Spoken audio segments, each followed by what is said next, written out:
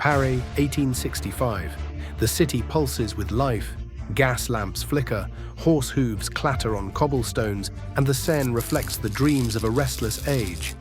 In a cramped workshop at 14, Rue Vivienne, Gustave Trouvé, a 26-year-old with a wiry frame and a mind like a lightning storm, bends over a cluttered workbench. Wires snake across the table, batteries hum faintly, and tiny motors whir with promise. This is no ordinary tinkerer's lair. Trouvé is crafting the future, one spark at a time. Born in 1839 in La Haye-Descartes, a quiet town far from Paris's dazzle, Trouvé grew up in a world ruled by steam and skepticism. His father, a cattle dealer, saw little value in the boy's sketches of fantastical machines. But Gustave was different. At Chinon College, he learned the locksmith's trade, mastering precision. Yet his heart wasn't in bolts and keys. It was in the invisible force of electricity, a science still in its infancy. Poor health cut short his studies at the École des Arts et Métiers in 1854, but Paris beckoned. There, as a clockmaker's apprentice, he honed his knack for miniaturization, turning gears into wonders. By the 1860s, Paris was a crucible of invention. The 1867 Exposition Universelle showcased steam engines and arc lights to awestruck crowds, but Trouvé was already ahead of the curve. His carbon zinc pocket battery, small enough to slip into a gentleman's vest, powered tiny automata that danced for Parisian elites. La Nature, the era's leading science journal, hailed him as the Da Vinci of electricity for his ability to shrink complex systems into marvels of efficiency. La Nature, 1875. A single battery could light a tiny lamp or drive a mechanical bird, delighting audiences at salons and fairs. Trouvé's obsession with small portable power wasn't just a quirk. It was a vision. While others chased hulking steam engines, he saw electricity as the key to lighter, nimbler machines. His workshop became a laboratory of possibilities, electric jewelry that glowed, medical tools that hummed, even a battery-powered rifle that fired with a spark. Each invention was a step toward something bigger, something that could lift not just spirits, but machines into the air. The cultural backdrop amplified his drive.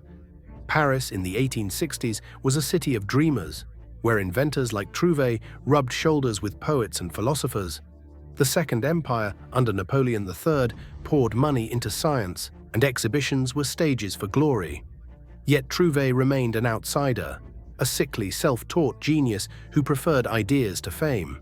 His early patents, filed between 1865 and 1870, show a mind unbound by convention, sketching devices that wouldn't see commercial use for decades.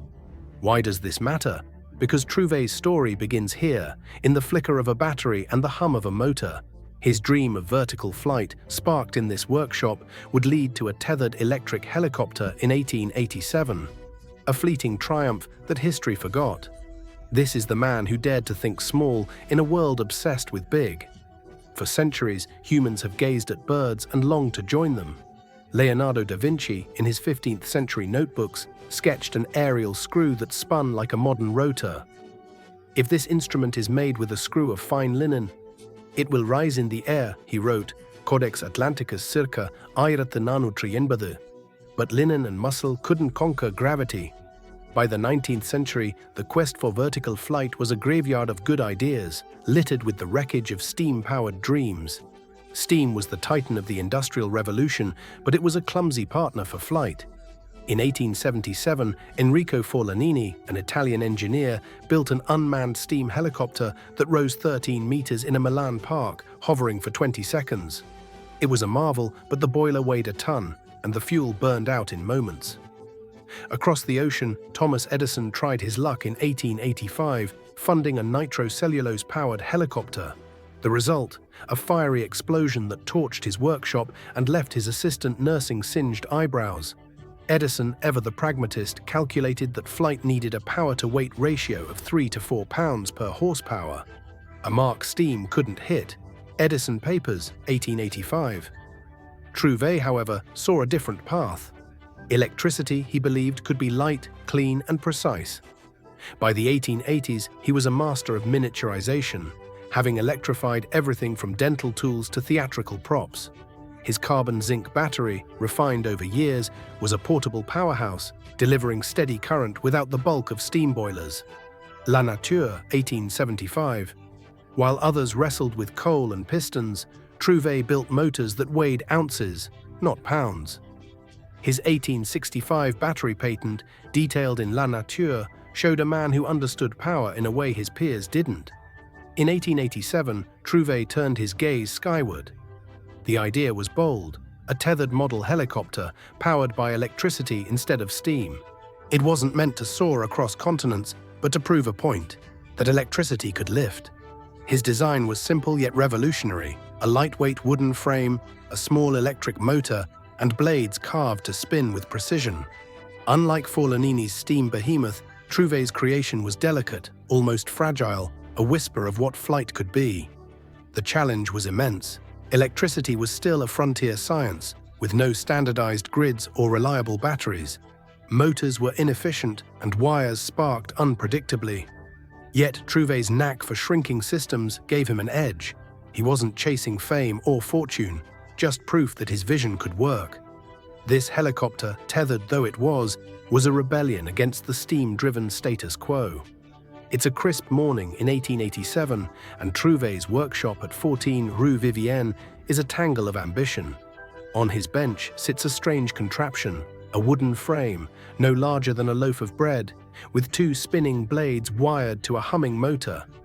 This is the world's first electric helicopter, a fragile dream tethered to a power source. Today it will face its moment of truth. Building this machine was no small feat. The 1880s were a time of crude batteries and temperamental motors. Trouvé's carbon-zinc battery, a marvel of its day, used zinc and carbon electrodes in a sulfuric acid bath to generate 1.5 volts per cell. La Nature, 1887. It was enough to spin a small motor, but only for seconds. The motor itself was a masterpiece. Copper windings wrapped around a lightweight iron core designed for maximum torque with minimal weight. The blades, hand-carved from wood, were inspired by marine propellers, angled to push air downward and lift the frame upward. Every detail was a battle. The battery's weight threatened to ground the machine before it could fly. The motor had to be powerful yet light, a puzzle that took weeks of trial and error. Trouvé, ever the perfectionist, tested blade shapes in his workshop, balancing them like a jeweler cutting a diamond. His notes, preserved in Desmond's biography, Gustave Trouvé, 2016, show a man obsessed with precision, sketching rotors late into the night. The test day arrives in a Paris courtyard. A small crowd gathers, fellow inventors, curious neighbors, perhaps a journalist from La Nature. The helicopter is tethered to a long wire, ensuring a steady current from a stationary battery. Trouvé's hands tremble, not from nerves, but from anticipation. He flips a switch. The motor hums, the blades blur into a silvery disc, and then it happens. The machine rises, wobbling but defiant, a foot or two off the ground. The crowd gasps. For a fleeting moment, Trouvé has done what centuries of dreamers couldn't. He's made electricity conquer gravity. But the triumph is brief. The battery drains in seconds, and the tether keeps the machine leashed. Critics call it a curiosity, not a breakthrough. A toy for salons, one journalist sneers. La Nature, 1887. Yet Trouvé knows better. His helicopter, however limited, is proof that electricity can lift. It's a spark that could ignite the skies, if only the world would listen. Why did Trouvé's helicopter vanish from history? The answer is a bitter cocktail of timing, technology, and temperament. In 1887, electricity was a novelty, not a necessity. National grids were decades away, and batteries couldn't sustain long flights. Steam, for all its bulk, was the darling of industry, drawing investors like moths to a flame. Trouvé's tethered helicopter, ingenious as it was, seemed like a parlor trick next to the roaring engines of the age. Trouvé's personality didn't help. A confirmed bachelor, he shunned the spotlight. Unlike Thomas Edison, who turned patents into empires, or Alexander Graham Bell, who courted investors, Trouvé lived for the work itself. "I invent for the joy of it," he told a colleague, Gustave Trouvé, Desmond, 2016. His focus on miniaturization, electric jewelry, medical instruments, even a battery-powered rifle, spread his genius thin. He was a sprinter in a world that rewarded marathoners, a poet of invention in an age of industrial giants. The era's priorities sealed his fate. By the 1890s, aviation was turning toward gasoline and gliders. In 1901, Hermann Ganswindt's manned helicopter briefly lifted off in Berlin, and in 1907, Paul Cornu claimed the first piloted helicopter flight lasting 20 seconds. These attempts, flawed but flashy, stole the headlines. Trouvé's electric vision, tethered and modest, was buried under the noise of progress. Cultural biases played a role too. France, reeling from the Franco-Prussian War, prioritized practical technologies over experimental ones. Trouvé's lack of commercial savvy left him without patrons. His patents, though numerous, rarely translated to profit. Meanwhile, men like Edison built brands, not just machines.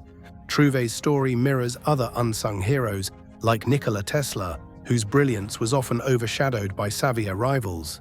Let's dive into the nuts and bolts of Trouvé's helicopter. This wasn't just a clever toy, it was a triumph of physics and engineering. Helicopters work by generating lift, the force that pushes a machine upward. Spinning blades create a low-pressure zone above and a high-pressure zone below, following Bernoulli's principle. Newton's third law kicks in. Air pushed down lifts the helicopter up. Simple in theory, brutal in practice, especially in 1887. Trouvé's motor was the heart of the machine. Built with copper windings and a lightweight iron core, it converted electrical energy into mechanical torque. His carbon-zinc battery, detailed in La Nature, 1887, used zinc and carbon electrodes in a sulfuric acid solution to produce about 1.5 volts per cell. It was a marvel, but a weak one. Modern lithium-ion batteries deliver 100 to 200 watt-hours per kilogram. Trouvé's managed closer to 10. The blades, carved from wood, were angled to maximize airflow, a design inspired by marine propellers and early aerodynamic theory. The biggest hurdle was the power-to-weight ratio.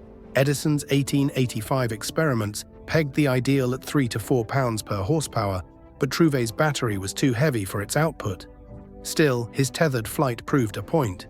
Electricity could generate lift.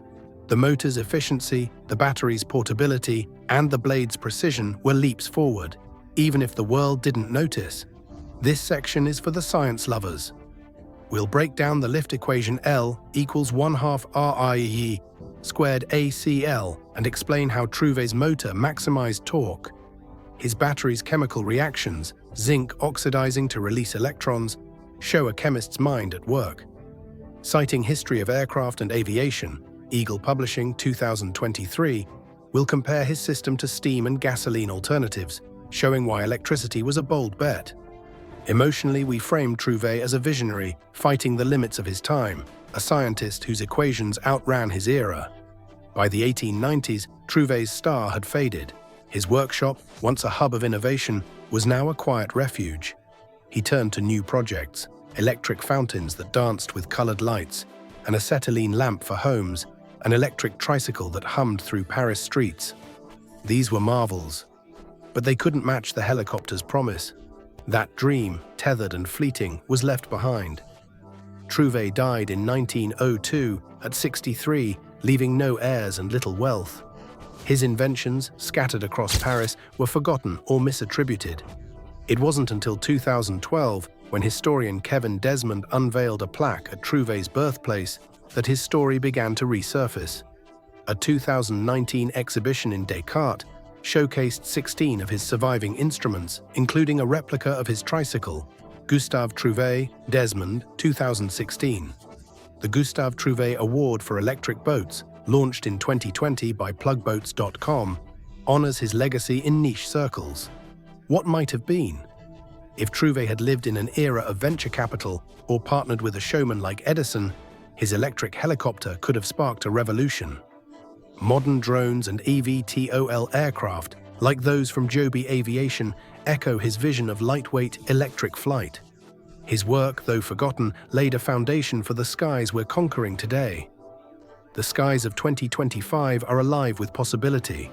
Electric drones zip through cities, delivering packages. Startups like Lilium and Archer Aviation test eVTOL air taxis, promising a future of sustainable flight. These machines owe a debt to Trouvé's 1887 helicopter, a tethered spark that proved electricity could lift. In an era racing toward green technology, his vision feels like prophecy. But Trouvé's story is more than a technical milestone. It's a call to remember the forgotten. For every Edison or Musk, there are countless Trouvé, geniuses whose ideas bloom too early, whose names fade too fast. As scientists, we build on their work. As storytellers, we give them life. Trouvé's helicopter, small and tethered, was a rebellion against a steam-driven world, a reminder that progress often starts with a single stubborn spark. This is why Obscure Minds exists, to unearth these stories and set them free.